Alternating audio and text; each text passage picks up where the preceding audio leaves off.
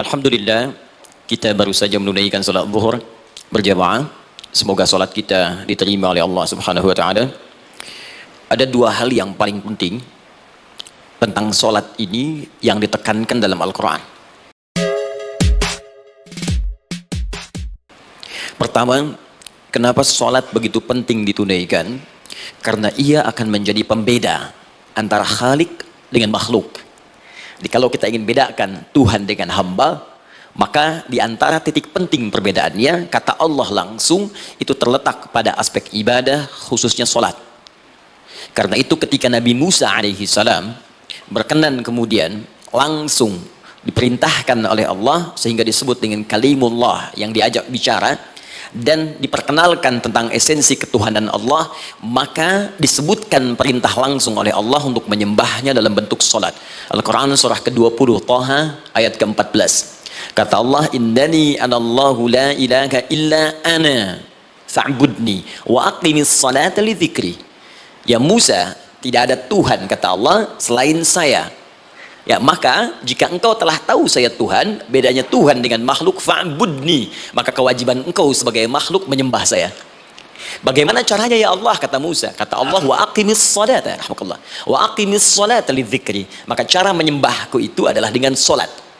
Karena itu semua nabi dan rasul, bahkan sebelum Nabi Muhammad SAW, diperintahkan oleh Allah untuk mengajak umatnya seluruhnya untuk salat. Ya, Nabi Isa alaihissalam salat. Anda buka Quran surah 19 Maryam ayat 31 sampai 33. Nabi Ismail alaihissalam, ya kakeknya Nabi ke-29, salat. Bahkan meminta keluarganya salat. Quran surah ke-19 ayat 55. Wa kana ya'muru ahlahu bis salah. Nabi Zakaria, saudaranya Imran, salat. Quran surah ketiga ya, ayat ke-38 sampai dengan 39. Jadi, kalau kita urutkan dari Nabi Muhammad SAW sampai Nabi Adam alaihissalam, semua menunaikan salat kepada Allah Subhanahu wa taala. Nanti dalil singkatnya dari Quran surah keempat ayat 163, paling kiri sebelah atas di mushaf. Inna auhayna ilaika kama auhayna ila Nuhin wan nabiyyin min ba'di. Muhammad, apa yang kami telah wahyukan kepadamu sudah pernah pula kami sampaikan kepada Nuh alaihissalam dan nabi-nabi setelahnya. Kenapa tidak disebutkan Adam sebelumnya? Karena Adam itu nabi, bukan rasul. Nabi diberikan risalah untuk pribadi dan kalangan dekatnya, Rasul diberikan risalah tugas untuk mengajak umat. Kenapa Nabi Adam bukan Rasul? Karena zaman Nabi Adam belum ada umat. Siapa yang mau diajak? Ini bagian pertama. Jadi kalau kita hari ini masih mendapat kesempatan sholat, Alhamdulillah, ini artinya sampai hari ini kita masih benar-benar manusia. Kan kalau ada orang yang kemudian tidak mau beribadah apalagi sholat, terkhusus ketika dia beriman, maka penting dipertanyakan, masihkah ada iman dalam dirinya? Karena itu kata Allah dalam Al-Quran surah ke-8 ayat yang kedua, aku akan perdengarkan namaku, sehingga ketika disebutkan itu kita bisa menguji adakah getaran iman dalam jiwa kita. Quran surah 8 Al-Anfal ayat kedua, innamal mu'minuna alladzina idza dzukirallahu wajilat qulubuhum. Sungguh orang yang masih punya iman itu, kalau diperdengarkan nama Allah kepadanya akan ada getaran dalam jiwanya.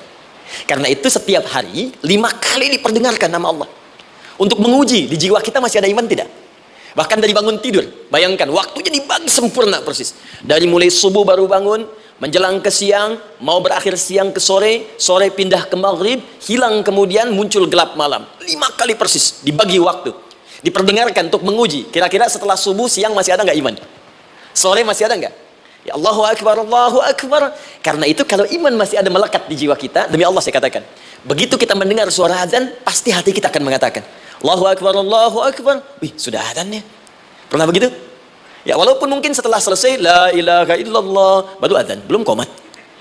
Ya, itu normal, gak apa-apa. Yang penting iman masih ada. Nah, ini menunjukkan ada getaran dalam jiwa. Satu itu. Yang kedua, ini yang jarang dimanfaatkan teman-teman. Jadi seringkali sholat dimaknai pada ibadah formal bagian pertama saja. Adapun yang keduanya, ini yang jarang digali. Padahal sekali saja dalam sehari itu 5 kali Allah menunggu kita. Ternyata sholat itu satu-satunya wasilah ibadah yang disebutkan dalam Al-Quran untuk langsung memohonkan semua kebutuhan yang kita rasakan. Bahkan sebelum kita diminta sholat, itu kalimat pertamanya bukan ibadahnya. Kata Allah, kau punya masalah apa? Sedang butuh apa? Sedang punya problem apa? Buka Quran surah kedua Al-Baqarah ayat ke-45 sampai 46. Paling kanan pertengahan di usat. Wasta'inu bis sabri was salah. Perhatikan kalimatnya, indah sekali. Ya Allah menempatkan sholatnya bagian kedua. Kata Allah, wasta'inu, hei hambaku, jika kalian punya persoalan dalam kehidupan, maka perhatikan kalimatnya baik-baik, wasta'inu, mintakan solusinya kepadaku. Jadi kalau sedang punya masalah, bukan bikin status, gak akan selesai. Sedang eksplorasi minyak, gak keluar-keluar, bikin status. Duh, susah sekali yang ngebornya, gak akan selesai.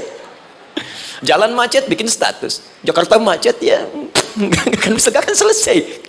Ya, apa yang harus dilakukan? Kata Allah, jika anda beriman kepadaku, yakin denganku, maka wasta'inu, punya persoalan, minta kepada Allah. Caranya bagaimana? Satu, bisabri, terima dulu masalah itu, jangan dikeluhkan. Kaidah lain muncul, karena mustahil saya akan titipkan persoalan kalau tidak anda mampu mengatasinya. Kaidah Quran surah kedua ayat 286, kita hafal ayatnya. La yukallifullahu nafsan illa usaha. Perhatikan kaidahnya. Allah tidak mungkin menguji seorang hamba di luar batas kemampuannya. Jadi kalau kita sedang punya ujian di rumah kah, pekerjaan kah, kehidupan sosial kah, sebesar apapun ujian itu, kata Allah, memang karena anda yang sanggup. Kalau nggak sanggup nggak akan diuji. Di ujian itu berbanding lurus dengan kemampuan. Mustahil seorang hamba diuji di luar batas kemampuannya. Jadi kalau anda sekarang pun sedang punya masalah sebesar apapun, kata Allah, memang cuma kamu yang sanggup, yang lain tidak. Maka jangan mengeluh. Jangan anda katakan, ya Allah, why me? Kenapa saya? Kata Allah, why not? Memang kamu yang mampu, yang lain tidak. Nah, ketika anda bisa menerima itu dengan sabar, baru datang kalimat kedua, wassalah. Kemudian datang, tunaikan sholat dan mintakan solusi kepadaku lewat sholat. Ya, sedikit ya, lihat sini. Saya berikan sedikit uraian Al-Quran. Saya boleh menulis sini? Boleh ya?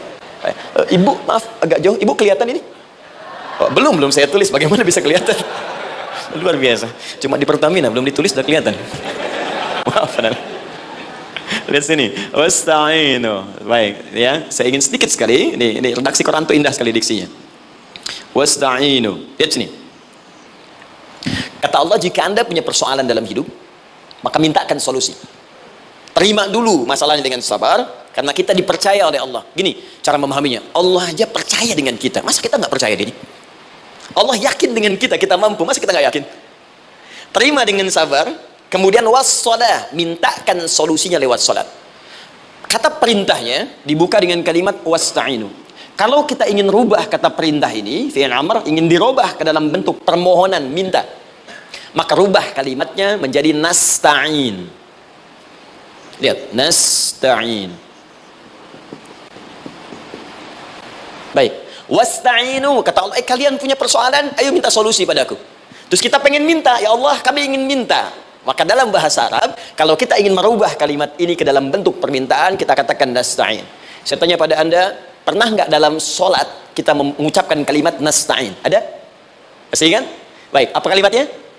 Iyyaka na'budu wa iyyaka nasta'in. Perhatikan, iyyaka na'budu wa iyyaka nasta'in. Iyyaka na'budu, iyyaka, ya Allah, engkau perintahkan aku untuk ibadah. Maka sekarang aku ibadah, sholat, hanya kepadamu saja.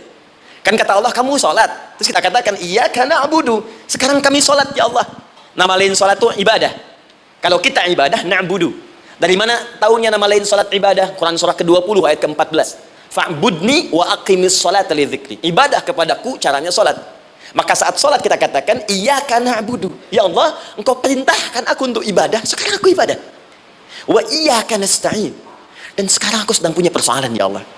Aku punya masalah. Aku punya problem. Dan aku yakin hanya engkau yang pasti akan menyelesaikannya.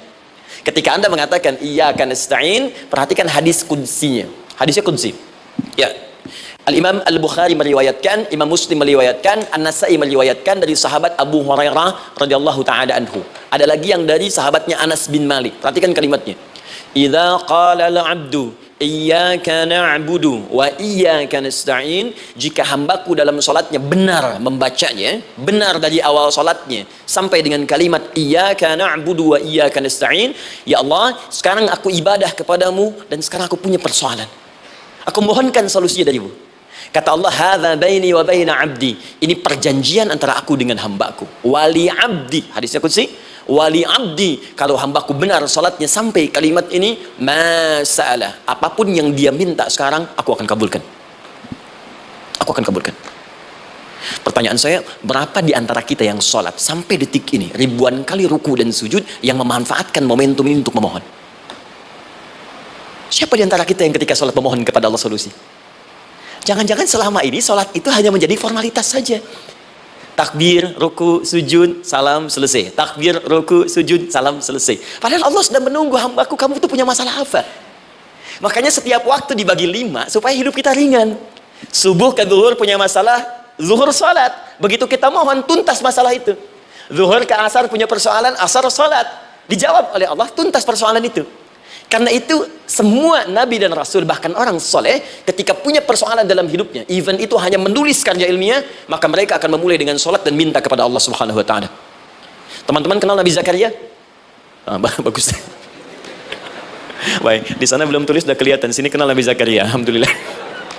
Tapi nggak apa-apa. Saya ke Sukabumi, Pak. Ada yang kenal Fir'aun? Kenal Fir'aun, kenal, bagus. Tapi Sukabumi hubun dunia, suka. Itu hubun, bumi itu dunia. Baik. Teman-teman, Nabi Zakaria itu diuji oleh Allah. Maaf, belum punya keturunan. Dan semua nabi punya ujian. Jadi jangankan kita, nabi aja yang jelas surganya punya ujian. Ya, Anda pernah sakit, Nabi Ayub sakitnya lebih parah dari kita.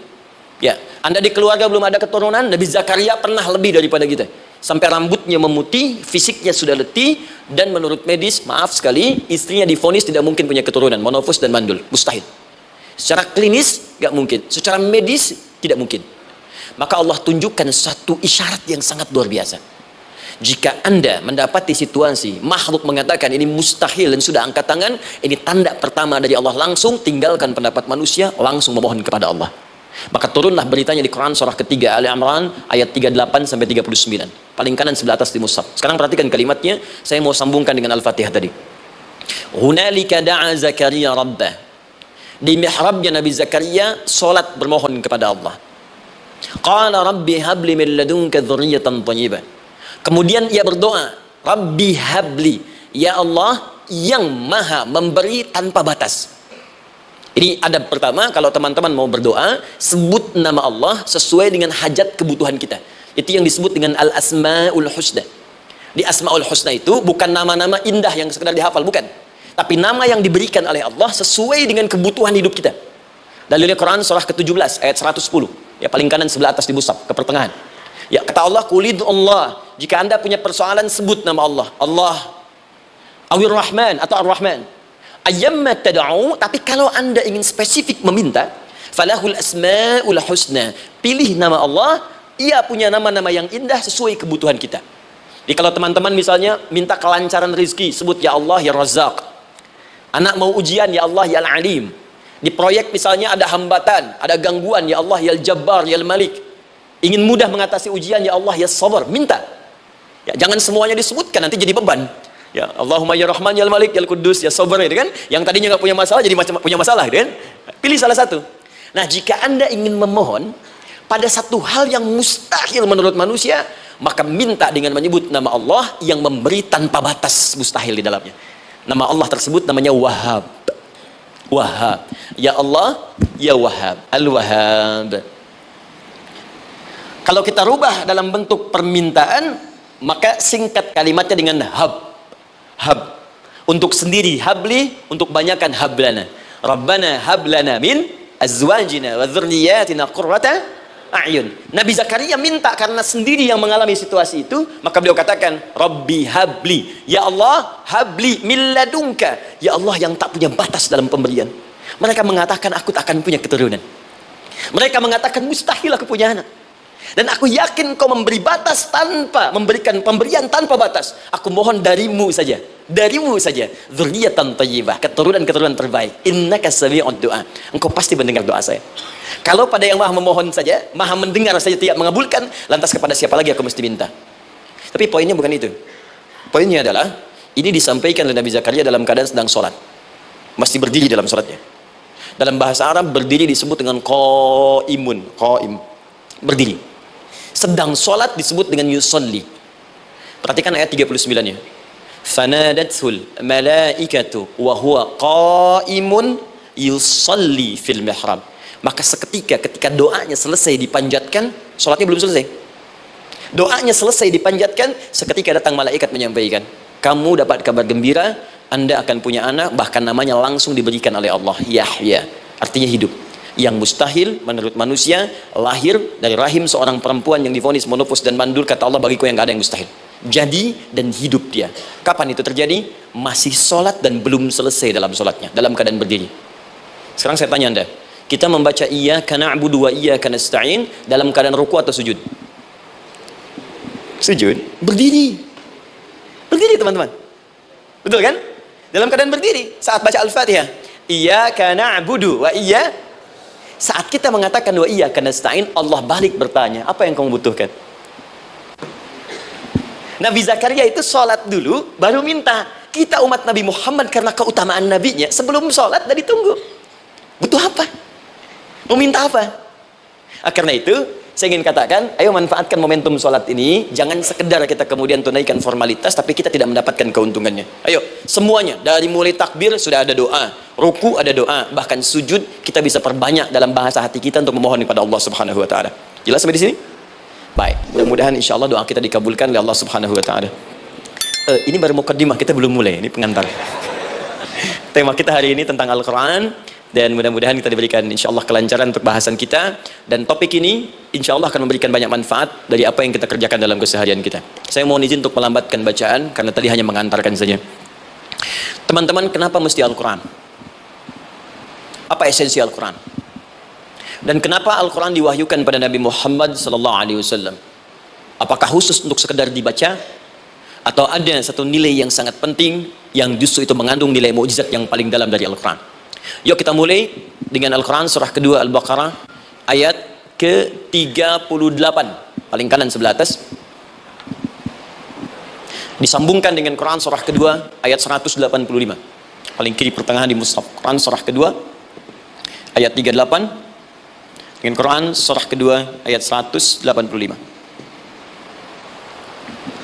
Saya mulai dari kisah Nabi Adam. Saya pelan-pelan.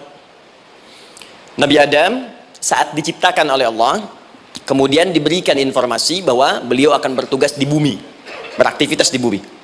Disampaikan di Quran surah kedua ayat 30, paling kiri sebelah atas, wa idz qala rabbuka lil malaikati inni ja'ilun fil ardi khalifah. Kata Allah, dan pelajari, ingat ketika kami menyampaikan pada para malaikat, kami akan menugaskan satu makhluk manusia namanya Adam di bumi, tugasnya untuk menjalani hidup di bumi.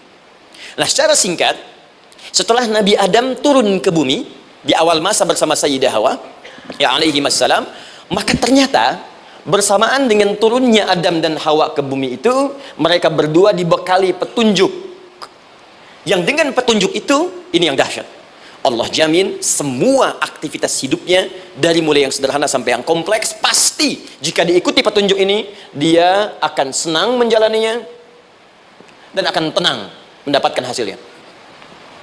Ya, perhatikan kalimatnya. Quran surah kedua ayat 38. Fokus. Qul nahbitu minha jami'a. Kata Allah, sekarang tiba saatnya Adam, Hawa, turun kalian ke bumi. Kalau setan kita tinggalkan aja ya. Ini kita bahas Adam dulu. Turun kalian semua ke bumi. Fa imma ya'tiyannakum minni huda. Maka nanti sejak kalian tiba di bumi itu, aku akan turunkan satu petunjuk disebut dengan hudan namanya. Hudan. Fokus.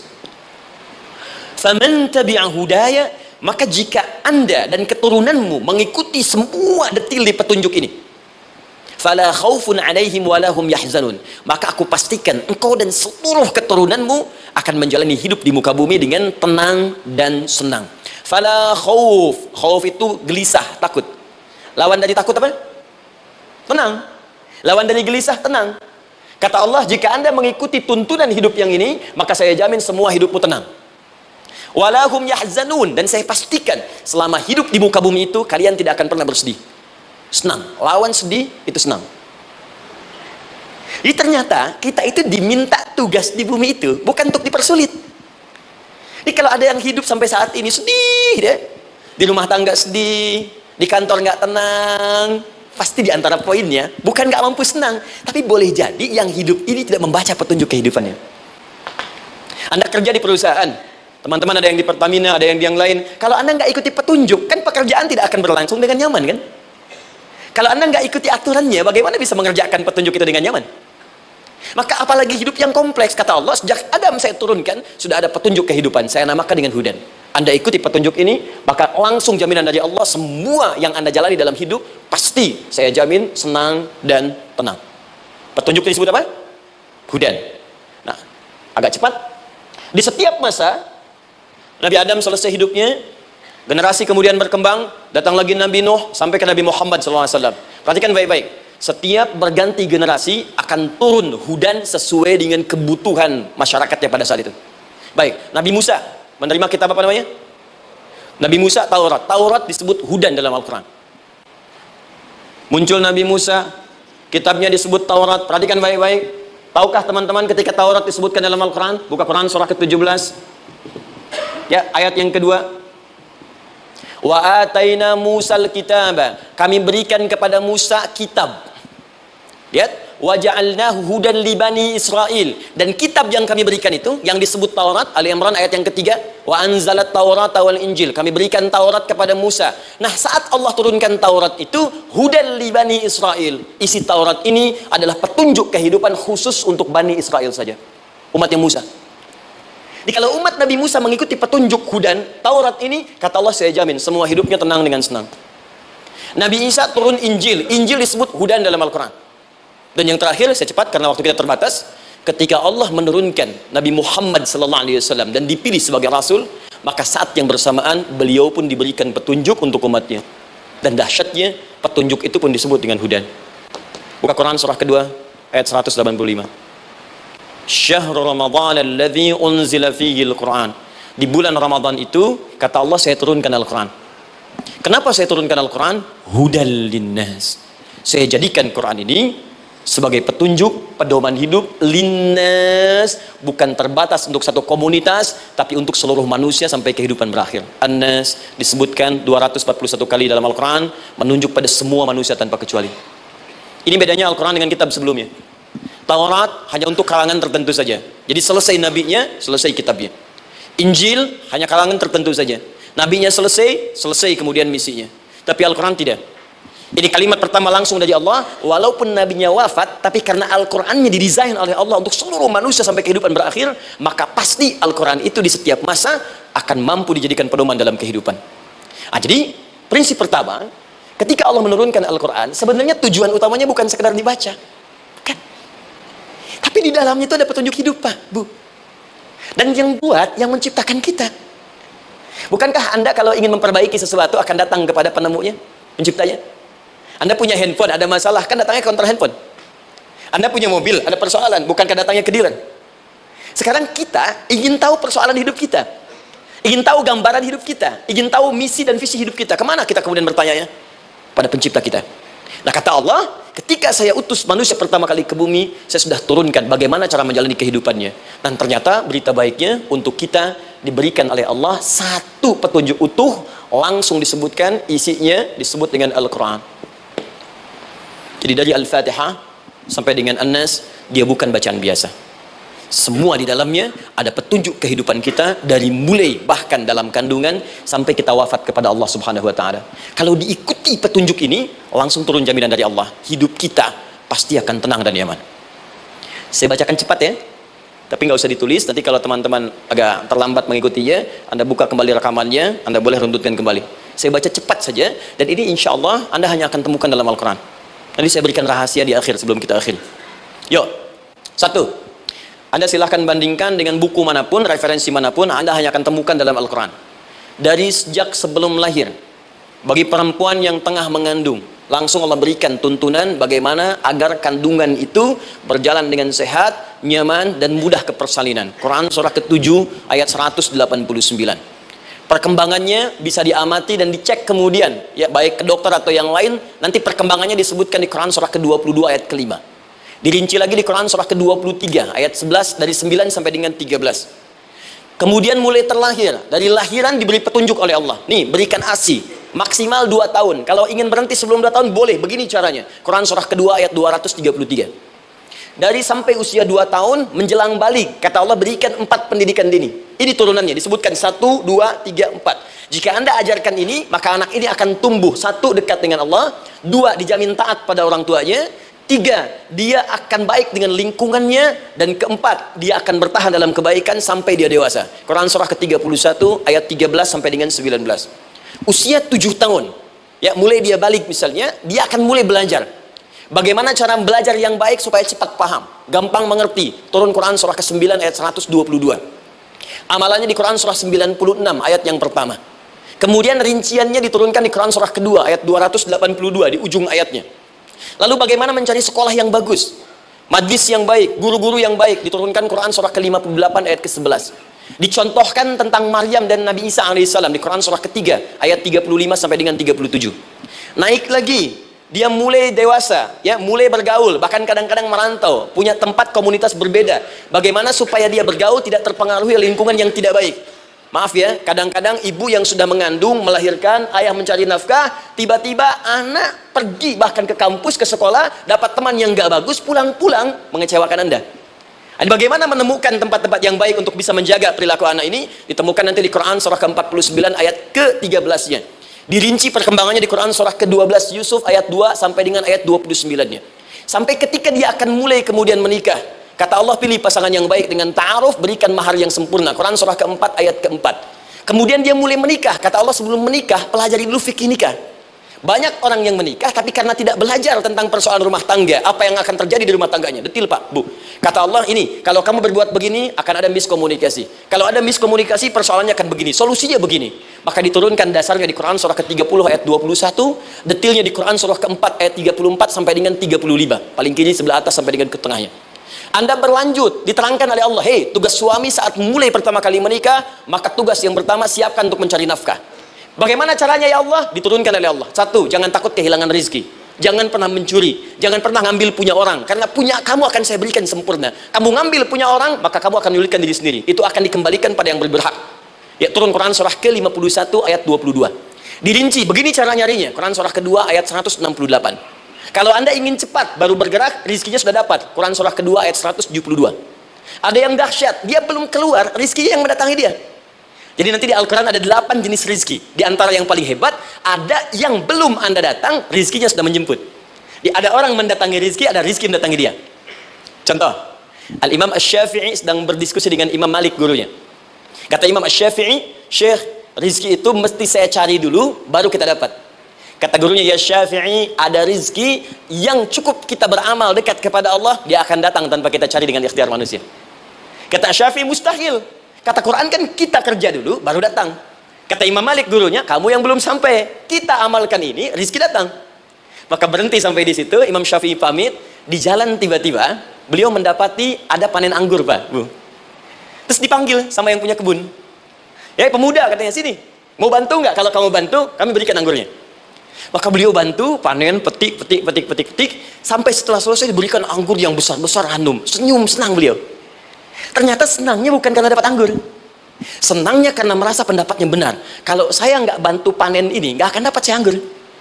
Cuma karena saya bantu, saya diberi ini. Maka rasa senangnya inilah dibawa kemudian kepada gurunya, ingin laporan. Tapi perhatikan adabnya. Dia tidak mengatakan, guru, nih saya benar. Kalau saya nggak ikut panen, nggak dapat saya ini. Perhatikan kalimat Asy-Syafi'i. Guru, tadi saya di jalan, dipanggil oleh pemilik kebun, ikut panen anggur. Begitu saya bantu, saya diberikan anggur ini. Beliau tekankan dengan kalimat yang kencang pada kalimat, begitu saya bantu, saya dapat anggur ini. Imam Malik tersenyum mengatakan, Masya Allah Syafi'i, luar biasa. Ini siang begitu panasnya, tadi saya mau keluar ngajar, terfikir di benak saya, Allah, kalau ada anggur yang besar-besar, enak rasanya. Tiba-tiba kamu datang bawa anggur. Jadi Imam Syafi'i kerja dapat sesuatu, Imam Malik terfikir sesuatu, datang rezeki. Itu ada di Quran surah ke-7, teman-teman, ayat ke-96, paling kanan sebelah atas di mushafnya.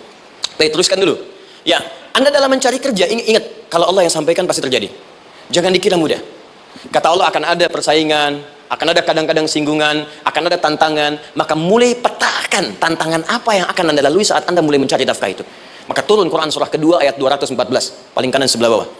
Am hasibtum an tadkhulul jannata. Hei, apa kamu mudah begitu saja mengira akan sukses dalam pekerjaanmu? Bahkan bisa diartikan surga, ingin masuk surga. Walamma ya'tikum mathalul ladzina khalau min qablikum. Sebelum engkau diuji seperti orang sukses dulu pernah sukses. Lihat mereka. Nggak ada orang sukses yang instan. Cuman balikan telapak tangan dapat, tidak. Kata Allah, lihat orang-orang dulu. Lihat orang-orang hebat dulu. Bagaimana mereka bisa kaya, bisa sukses, bisa punya posisi. Masat umul ba'sa. Petakan olehmu tantangan apa yang akan dihadapi saat engkau bekerja itu. Satu, kata Allah, ba'sun. Ada yang ringan. Ya, ba's. Ba'sa jama' dari kata ba'sun. Dua, dara. Ini sudah menengah, jama' dari kata durun. Tiga, zilzal. Ini yang paling tinggi puncaknya. Jadi kalau Anda sudah mendapatkan ini, yakinlah, berarti Anda akan mendapatkan posisi yang tinggi. Karena mustahil orang besar diuji dengan ujian yang kecil. Zilzal, ini bagian ketiga. Ba'sa, ba'sun, mulai. Kira-kira tantangan-tantangan ringan apa saja yang akan Anda hadapi? Ya, kalau saya contohkan misalnya dengan contoh yang lain singkat, Anda mau ke masjid, ingin konsisten, mulai hijrah, ingin dekat dengan Allah, tiba-tiba yang tadinya nggak mau ke masjid, mulai ke masjid, diuji dengan hujan. Hujan kecil, rintik-rintik, shower. Begitu hujan, orang Arab mengatakan kalau hujannya bisa lewat tanpa payung pun, orang Arab mengatakan la ba'sa. La ba'sa ini ringan. Orang kita sambungin, labas. Dari bahasa Arab, lewat. Nah, jadi kalau Anda mau berangkat nih, siap bekerja, siap hadapi tantangan. Baru mau lewat hujan kecil, berarti itu tantangan kecil kita lewati. Macet, petakan, cari jalan yang kemudian sempurna, jalan yang kosong, buka Google-nya, buka Waze-nya, buka map-nya, cari. Jadi kalau pada yang kecil aja belum kita lewati, bagaimana mendapatkan yang besar? Anda mau ke masjid, dikasih hujan kecil, mau berangkat gak jadi. Papa, kenapa gak jadi? Hujan mah, kan ada payung, takut riak. Tuh. Setelah itu dara, maaf, tantangan fisik. Kadang-kadang mulai ke fisik, mulai mengganggu. Ya, maaf, dirincikan kemudian oleh Al-Quran. Turun Quran surah ke-21 ayat 87 sampai 88, kisah Nabi Yunus alaihissalam. Yunus beraktivitas, bekerja, bukan berarti nggak ada tantangan. Kadang-kadang dibawa, kadang-kadang diusir, kadang-kadang Anda dapat misalnya proyek, kadang-kadang sudah mulai masukkan tender, tiba-tiba gagal, diserobot orang, kadang-kadang orang yang dapat, Anda yang ngajukan, itu biasa. Kata Allah itu biasa, bukan cuma Anda, yang lain pun ada. Bukankah Allah ajarkan kisah Sayyidah Hajar alaihissalam dengan Ismail? Bukankah bolak-balik naik Safa Marwah, kadang di atas, kadang di bawah, kadang lihat peluang sampai Marwah ternyata bukan air. Terkadang Anda yang bekerja, tim yang lain yang mendapatkan karena kerja keras Anda, bisa jadi terjadi. Bukankah yang kerja keras Hajar yang dapat Ismail? Mungkin Anda yang konsep, yang dapat minyaknya orang lain. Mungkin Anda yang kerjakan, yang suksesnya teman Anda, gak ada masalah. Dan itu kemudian akan bermanfaat bagi Anda. Tidak mungkin setiap keringat yang keluar dari diri kita mustahil, kecuali akan melahirkan manfaat yang kembali pada diri kita. Tantangan. Tapi yang paling dahsyat, ini yang gak ditemukan di sebagian referensi yang kita baca. Ketika Allah menjelaskan semua tahapan-tahapan tantangan ini sampai ke puncaknya zilzal. Zilzal itu kalau bahasa sekarang gempa. Ada ujian yang menggoncang hati kita. Ketika Anda kerjakan, ya Allah, tantangannya dahsyat. Kenapa mesti saya, ya Allah? Kok nggak selesai-selesai, ya Allah? Itu wajar, teman-teman, itu biasa. Kata Allah, orang dulu saja mengatakan, mata nasrullah, kapan ini selesai? Berbahagialah kalau teman-teman sudah mendapatkan tantangan puncak yang paling tinggi ini. Ini artinya Allah sedang mempersiapkan Anda menjadi orang besar di kemudian hari. Dan cara mengatasinya diturunkan Quran surah ketiga ayat 142, paling kiri sebelah atas. Perhatikan dahsyatnya. Yang pertama diterangkan tantangannya, yang kedua dijelaskan cara mengatasinya. Saya mau berhenti sampai di titik ini, nanti saya terangkan cara berinteraksi dengan Al-Quran. Ya, perhatikan baik-baik. Kata Allah, jika kelak engkau sudah bisa memetakan tantangan ini, maka siapkan solusi untuk mengatasinya. Ayatnya dibuka dengan kalimat yang sama persis. Saya pernah sampaikan teori ini di dua perusahaan besar di Indonesia. Yang pertama ada salah satu perusahaan, karena ini direkam saya nggak sebutkan perusahaannya, perusahaan otomotif besar, sedang turun gratis, kemudian juga ada inflasi yang tinggi. Terus saya terangkan teori Quran. Dia praktekkan berhasil, Pak. Padahal saat itu saya presentasi di depan non-muslim. Non-muslim. Sales-sales di Indonesia dikumpulkan, saya bedah tentang ini. Dan mereka berhasil. Sampai sekarang naik lagi. Yang kedua sama, ini direkturnya juga non-muslim. Tapi nggak apa-apa, kita diskusi. Dan mau mendengar teori ini. Dan praktekkan, naik. Ya, dulu di satu perusahaan minyak juga, sedang turun, karyawan semua dikumpulkan, lalu kita bahas tentang ini, kita terangkan. Yang ini yang paling menarik dari Al-Quran. Kalimatnya sama persis. Quran surah ketiga ayat 142. Am hasibtum an tadkhulul jannata.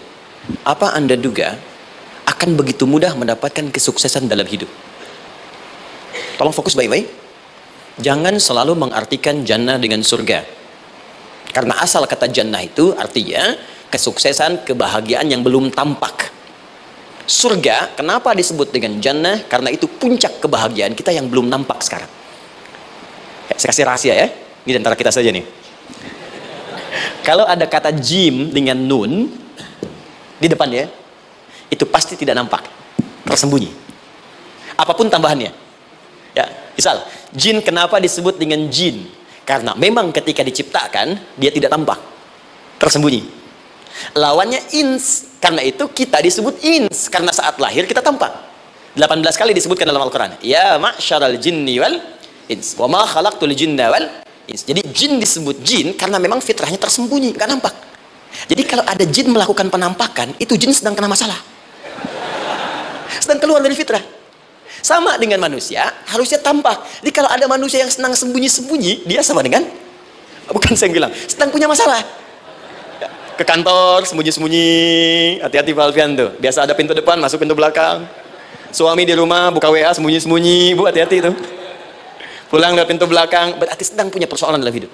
Setiap ada jim dengan nun, pasti tersembunyi. Ibu punya janin, rahim, dalam rahim ada janin. Kenapa disebut dengan janin? Jim, nun, ya nun. Karena sosok itu belum nampak dalam pandangan kita. Nanti kalau sudah lahir, baru tampak. Jannah, kenapa disebut jannah? Karena belum tampak dalam pandangan kita, nanti kelihatan. Karena itu dalam Al-Quran, kata jannah itu tidak dikhususkan dengan surga, tidak dikhususkan dengan surga. Kadang-kadang menunjuk aspek kesuksesan yang belum tampak. Anda mau ngomong minyak, minyaknya belum tampak, belum kelihatan. Anda mau kerja, ya hasilnya kan belum tampak, baru ikhtiar sekarang. Karena itu orang Arab disebut kaya kalau mereka mendapatkan kebun yang tak tampak sebelumnya. Kebun anggur, bukan kurma, kalau kurma banyak. Kebun anggur, ada apel, ada jeruk, sampingnya ada sungai-sungai, disebut dengan jannah. Ya, kalau punya unta, nggak kaya di Arab, biasa. Karena yang kelihatan padang pasir, unta, hitam, merah, biasa. Tapi kalau sudah punya kebun anggur, yang sulit di padang pasir ada kebun, itu baru disebut kaya. Karena itu orang Arab kadang mengartikan jannah dengan aspek kesuksesan yang belum tampak. Diartikan dengan kebun anggur, kebun apel, dan macam-macamnya. Perhatikan, am hasibtum an tadkhulul jannah. Apa Anda duga ingin sukses itu begitu mudah? Sukses jadi tidak. Walamma ya'lamillahu alladhina jahadu minkum wa ya'lamas sabirin. Perhatikan baik-baik. Sebelum Allah memastikan pada diri Anda terdapat dua hal yang paling utama untuk mengatasi tantangan tadi. Satu, jahadu. Kesungguhan, serius. Jadi kalau mau sukses mesti serius, kerja serius, cintai pekerjaan Anda, ya, belajar anak-anak serius, pastikan belajar dengan serius. Jangan cuma anak-anak duduk paling belakang, nggak pernah nanya, kadang ngantuk, pulang, ujian, besoknya mau ujian, baru belajar, ya, sistem SKS, sistem kebut, ya, kadang-kadang sejam, Bu, Pak. Saya pernah ada orang di luar ngadu waktu di Libya, Ustadz, gimana ini orang Indonesia? Kenapa? Saya belajar 3 bulan, besok mau ujian. Teman antum orang Indonesia pinjam catatan saya baru semalam, dia dapat 8, saya 7,5. Saya bilang, Anda belum tahu sih sama SKS itu. Baik, ya? Tapi itu bukan solusi. Begitu ujian selesai, ilmu lupa. Itu poinnya. Jadi kalau hanya sekedar ilmu dipakai untuk ujian, pada prakteknya nggak akan terpakai. Ini banyak anak sekolah sekarang hanya belajar untuk ujian saja. Padahal kalau dipraktekkan, kadang kaitan dengan agama tinggi, Bu, Pak. Fisika itu dengan agama itu tinggi. Gaya F1 sama dengan F2, gaya gerak sama dengan gaya dorong. Gaya sedikit, maka keluarnya sedikit. Pukul kencang, bunyinya kencang. Imannya kalau kuat, amalan jadi banyak. Iman sedikit, amal pun sedikit. F berbanding lurus dengan P, hukum Pascal. Gaya berbanding lurus dengan tekanan, masuk bab akhlak. Makin banyak gaya, makin banyak tertekan. Nah itulah. Gaji 5 juta, gaya 10 juta, kan? Ini serius. Serius. Di divisi apapun Anda, saya 3 sepekan lalu lah, takziah ke tempatnya yang Habibie, terus diminta tausiah di sana, dan saya perhatikan beliau termasuk yang paling serius ketika diberikan tugas apapun. Gak pernah diberikan amanah kecuali mencintai pekerjaan itu. Yang Habibie demikian. Ciri orang sukses itu serius. Tapi keseriusan itu, kata Allah, petakan jadi 3 bagian lagi. Karena jahadu itu punya 3 turunan kata. Satu, keseriusan merencanakan, disebut ijtihad namanya. Punya rencana. Mappingnya apa? Stepnya apa? Oke, Anda ingin kerjakan sebuah proyek, baik, proyeknya berlangsung berapa lama? Target kita apa? Jangka panjangnya, menengahnya, jangka pendeknya. Kemudian apa tantangan yang akan dihadapi di setiap tahapan-tahapannya? Selesaikan. Bahkan saking pentingnya tahap perencanaan ini ditunjukkan oleh Allah langsung lewat sholat. Teman-teman masih ingat sholat pertama yang kita kerjakan setiap hari, sholat apa namanya? Subuh. Apa artinya subuh? Tuh, ini masalahnya. Ini kata Al-Quran sendiri ya, kata Al-Quran sendiri. Nanti akan ditemukan orang yang ibadah tidak paham apa yang dikerjakan dan dilakukan dalam ibadahnya. Contoh sholat. Kata Allah akan ada orang sholat yang saat sholat tidak mengerti apa yang ia baca dan ia lakukan dalam sholatnya. Jujur tanyakan pada diri kita. Sampai detik ini, dari sekian ribuan kali ruku dan sujud, berapa persen bacaan sholat yang kita pahami? Jangan-jangan kita ruku tapi nggak ngerti yang dibaca. Sujud tak paham yang diungkapkan. Bagaimana bisa khusyuk? Mustahil. Maka kembali ke sini. Kenapa sholat pertama itu disebut dengan subuh? Teman-teman, ternyata semua nama sholat dari subuh sampai isya, plus bacaan dan gerakan dari takbir sampai salam, itu bukan sekedar gerakan semata. Semua ada artinya, ada maknanya. Dan diajarkan oleh Nabi langsung. Subuh disebut dengan subuh. Ada dua kata. Satu, fajar. Quran surah ke-17 ayat 78. Inna Qur'an al-fajri kana mashhuda. Kedua, subuh di surat At-Takwir. Was-subhi idza an-naffas. Kenapa disebut fajar? Fajar itu pancaran positif, pancaran kebaikan. Jadi kalau yang baik disebut fajar. Kalau yang jelek disebut fujur. Fujur ada di Quran surah 91 ayat 7 sampai 8. Wa nafsi wa ma sawwaha fa alhamaha fujuraha wa taqwaha. Fujur itu rambatan gelombang buruk yang muncul dari nafsu. Ya, ditembuskan ke elemen tubuh kita. Misal gini. Tiba-tiba pengen marah. Ya, di tubuh kita mengatakan melotot, maka ini ada pancaran di hati kita nyambung kemudian ke mata. Ini rambatan dari sini ke mata disebut fujur namanya. Mau ke tangan pukul, masuk ke tangan. Itu rambatannya disebut fujur namanya. Ya. Yang baiknya disebut fajar. Ya, misal saya ingin sholat, tiba-tiba hati mengatakan sudah azan, merambat ke kaki, cepat melangkah. Cepat wudhu. Nah, itu rambatannya disebut fajar namanya. Atau infajar. Ini pasti ada, ya. Fujur nama lainnya nafsu. Disebutkan 115 kali dalam Al-Quran. Takwa, rambatan fajar, sumbernya takwa. Disebutkan 115 kali dalam Al-Quran.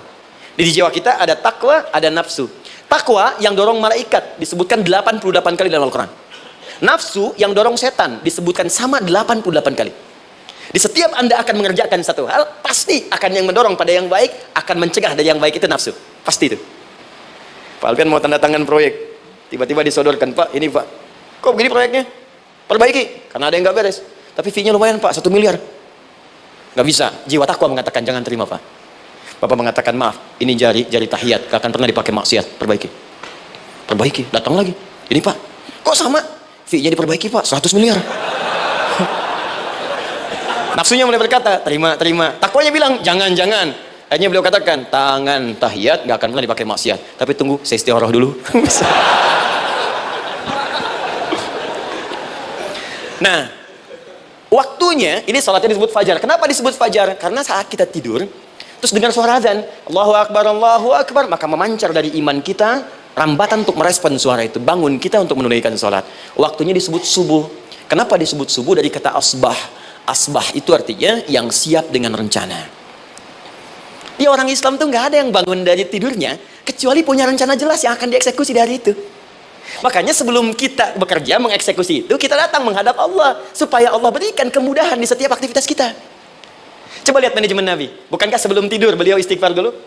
Dirinci pekerjaannya, dicatat yang akan dikerjakan besok, istighfar 70 kali, 100 kali, sehingga dengan istighfar saat tidurnya tenang. Coba kita biasakan. Ada yang baca Quran, ada yang istighfar. Kalau nggak percaya silahkan cek. Begitu Anda lakukan, tidurnya enak. Besoknya rencana itu sudah siap. Makanya ketika bangun, siap jam 7 mau kemana, jam 8 ada di mana, jam 12 kerjakan apa. Sebelum mengerjakan itu, datang kepada Allah, sujud, ya Allah, saya punya rencana ini, tolong mudahkan. Begitu caranya. Itu yang disebut dengan subuh. Nah, sekarang kembalikan, peta hidup kita mau seperti apa ke depan? Ijtihad. Yang kedua, kalau sudah jelas konsepnya, visinya sudah ada, maka jihad. Yang kedua, jihad. Jihad itu eksekusinya, aksinya, actionnya, perjuangan fisiknya. Rencananya apa? Tahajud malam nanti. Bismillah. Jam berapa? 2:30. Baik, yuk kita mulai rencanakan. Eksekusi rencananya. Bagaimana cara kita bangun 2:30? Pasang alarm. Jam berapa alarm dipasang? 3 kali. Pertama 1:30, kedua 2 kurang seperempat, ketiga jam 2 lewat seperempat. Baik. Alarm pertama untuk mematikan alarm kedua. Alarm kedua matikan alarm ketiga. Ketiga siap-siap. Baik. Siap, bangun. Jihad. Ini penting ya, jihad itu jangan dipersempit maknanya kepada situasi peperangan saja, tidak. Banyak jihad itu luas sekali medannya. Karena jihad itu perjuangan fisik.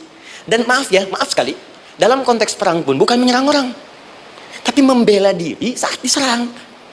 Di Islam itu bukan agama ekspansi. Cek di sejarah, nggak ada Islam menyerang. Yang ada itu membela diri saat diserang. Atau saat orang lain dizalimi dan kita diminta untuk terlibat, kita membantu. Ini bukan dalam konteks sekarang yang banyak dibincangkan, tembak orang, bom orang, nyerang orang, bukan. Itu waktu kejadian bom Tamrin itu pertama, saya di Lampung posisinya. Itu begitu meledak, tuar. Pertanyaan pertama Pak di majelis taklim, Ustaz, apakah bom di jalan Tamrin termasuk jihad fisabilillah? Saya bilang, Pak, sependek pengetahuan saya, jihad fisabilillah itu jihad di jalan Allah, bukan di jalan Tamrin. Kaidahnya beda. Nah, misal mencari nafkah itu jihad. Cari nafkah jihad. Quran surah keempat ayat 34, paling kiri sebelah atas. Tugas pertama ketika menikah, kata Allah, ar-rijalu qawwamuna 'alan nisa. Setiap lelaki itu diminta oleh Allah untuk mengatur bagian rumah tangganya. Jadi pemimpin di rumah tangganya. Ya bima faddalallahu ba'dahum 'ala ba'din, karena diberikan kemampuan untuk memimpin. Di pemimpin itu ada di suami. Dan ciri khas pemimpin, Bu, biasanya ciri khas pemimpin apa, Bu? Bukan tegas, bukan. Ciri khas pemimpin itu tidak mau dipimpin. Makanya kalau ada sesuatu, masukkan lewat usulan, jangan beri saran. Kalau saran susah, itu pemimpin. Baik, tapi yang paling luar biasa kata Allah, perhatikan kalimatnya indah sekali. Wa bima anfaqu min amwalihim. Saya berikan tugas untuk mencari nafkah. Ketika seorang lelaki bertugas mencari nafkah, ingat ya, konteks apapun, kalau perempuan nanti bekerja bukan nafkah poinnya. Bisa hobi, ya, bisa aktivitas, tapi nafkah kalau sudah menikah itu ada pada suami. Perempuan tidak. Kalaupun tidak dilarang perempuan bekerja, tidak. Sayyidah Aisyah mengajar, ada yang para sahabiah jadi perawat, ada yang pengajar. Banyak dulu sahabat Nabi yang perempuan mengajar. Ya kan ada pelajaran-pelajaran khusus perempuan. Ya ada bagian perawat, ada dokter. Ini kan yang ngandung perempuan, masa yang perisa laki-laki? Ya, ada bagian perempuan tertentu. Itu silahkan bekerja boleh. Tapi nafkah laki-laki. Begitu lelaki meniatkan pekerjaannya karena Allah untuk mencari nafkah, itu setiap langkahnya jihad fisabilillah. Wafat, syahid. Maaf ya, apakah selama Anda bekerja sudah diniatkan ibadah? Jangan-jangan cuma kerja aja. Kalau cuma kerja, apa bedanya Anda dengan yang belum beriman? Anda wafat juga. Kerja di gedung yang sama, berangkat menemukan kemacetan yang sama. Apa bedanya iman kita dengan yang lain? Satu, kita pasti wafat, pasti pulang. Dan kita nggak bisa pilih, ya nggak bisa pilih. Antum bisa duluan, saya belakangan mungkin. Atau ditukar, saya belakangan, Anda duluan mungkin. Atau memang saya bisa duluan, ya duluan menyolati Anda. Oke, paham ya? Jadi ibu di rumah jihad, Bu, pada anak, perawat, mengandung itu sudah jihad. Jadi kalau wafat dalam proses saya melahirkan atau sedang mengandung itu syahid. Itu jelas nggak ada perbedaan pendapat. Anak-anak yang sekolah niatkan ibadah, Bu, Pak. Mohon maaf ya, mesti ada bedanya. Iman kita di rumah mesti itu terpancar kepada anak-anak. Ajarkan mereka sekolah yang baik. Pilih sekolah yang mengajarkan sholat, mengajarkan baca Quran. Sekarang banyak kok. Fisikanya bagus, Qurannya bagus, kimianya bagus, sholatnya juga bagus. Cari. Kalau bisa dunianya bagus, akhirat bagus, kenapa hanya pilih dunia saja? Siapkan. Itu jihad. Terakhir, tidak mudah mengeksekusi ini, pasti ada tantangan yang ketiga, namanya mujahadah. Mujahadah.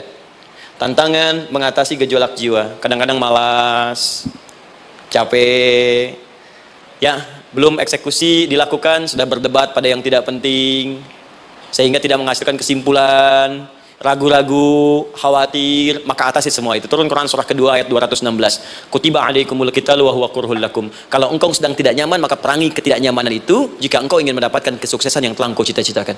Asa an takrahu syai'an fa huwa khairul lakum. Boleh jadi apa yang engkau tidak rasakan sekarang, engkau rasakan gak enak, gak nyaman, di balik itu Allah sedang siapkan sesuatu yang lebih baik untukmu. Wa asa an tuhibbu syai'an fa huwa syarrul lakum. Mungkin yang engkau harap-harap sekarang boleh jadi itu belum baik untukmu sekarang. Allahu ya'lamu wa antum la ta'lamun, karena Allah lebih tahu masa depan, engkau pikiranmu pendek sampai di sini saja. Maka teman-teman sekalian, kembalikan lagi, tidak pernah Anda akan temukan dalam Al-Qur'an kecuali bimbingan hidup yang semuanya nyata. Silahkan cek. Itu baru pekerjaan. Belum ibu di rumah, ibu capek merawat anak, kadang mengeluh, kadang nangis. Turun Quran surah ke-17 ayat 23. Kadang-kadang ada beda pendapat dengan suami. Quran surah ke-4 ayat 34 sampai 35. Masalah kondangan saja, Pak, bisa beda pendapat.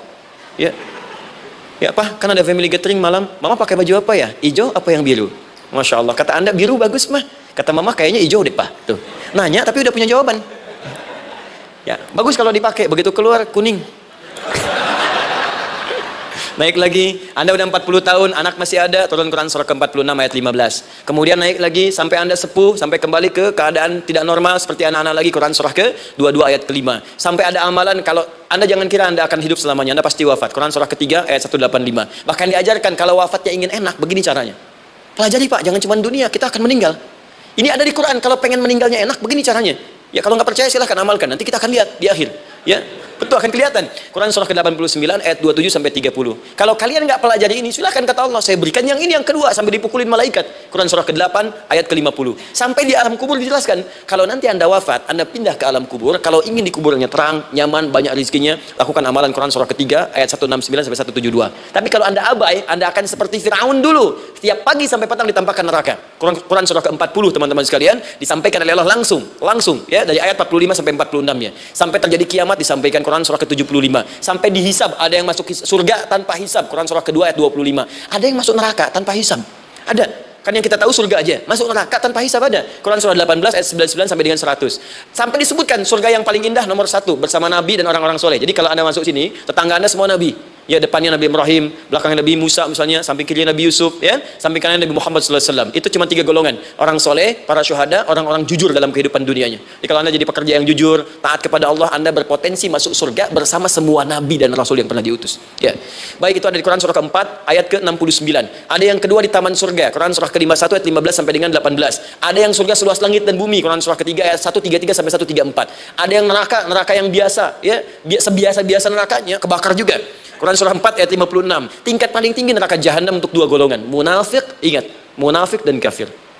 Jadi kalau Anda pun muslim, jauhi perbuatan munafik. Karena munafik akan mengantarkan langsung ke dalam neraka jahanam. Quran surah keempat ayat 140. Mana yang tidak ada?